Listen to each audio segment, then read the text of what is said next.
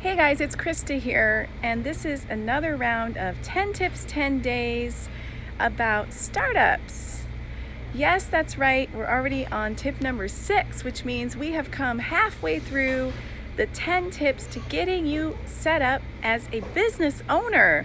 This is super exciting, and if you've been following my first 5 tips, you'll know that you already have your business idea, you have a board of advisors to help you. You have done your marketing research, you have a business plan, and you're ready to start now. You've already started.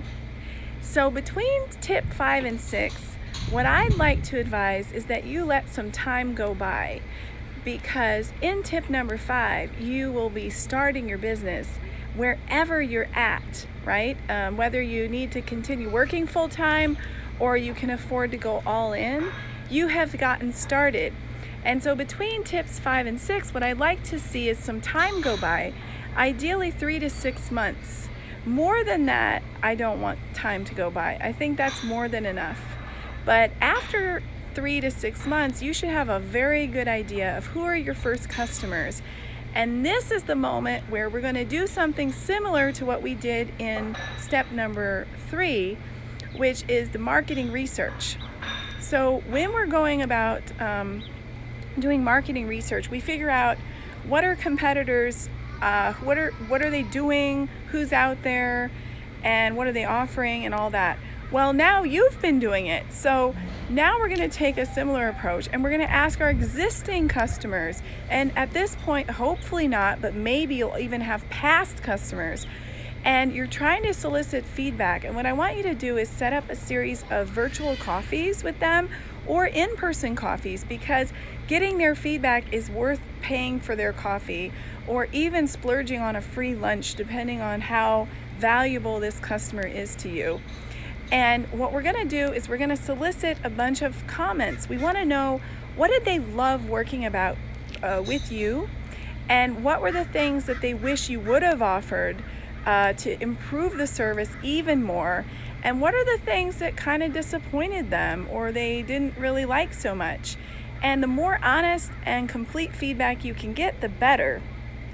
I find personally that people hate taking surveys and polls, and out of time constraints and maybe even politeness, they will lie. They will do anything to get out of doing that. So that's why I think having a casual virtual coffee or an in-person meeting would be more appropriate, because ultimately you want repeat business and you want happy customers because you want to get testimonials.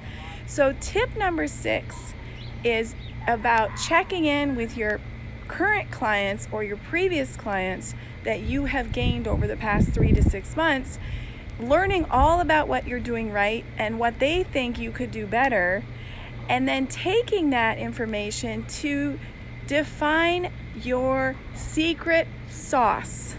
Now, I'm not the only one to use this term, secret sauce, but I love that term, so I've decided to keep using it because it really describes what most business owners need to know, which is when you started in step 1, identifying which business you're going to go into, you certainly didn't know your secret sauce yet. You can only figure it out over time and by doing it hands-on. So now that you've been in business for 3 to 6 months, you're going to start realizing that there's an aspect of your business that customers actually really love about you. And that's what we call your secret sauce. And the fun part about it is that it's going to surprise you, because feedback from other people is definitely not the same as your own perspective. When people go into business, they have to be ready to pivot. So you're going to take this feedback and you're going to say, my customers identify me with these qualities, and that's what my secret sauce is. And then you're going to try to do more of it, and maybe even get rid of some of the other things that you've been doing that haven't been successful. And that's what we call niching down, owning up your secret sauce and doubling it, bottling it, making that the key element of all your brand messaging, all your sales pitches, and all your search words and keywords and hashtags. because that's really what it's about after 3 to 6 months of being in business. I hope this tip was helpful for you, and I hope that you will discover your secret sauce. If you need any help doing this, please DM me. I love to talk about startups, and I would love to help you discover your secret sauce. And of course, stay tuned for the rest of my tips to get your business up and running.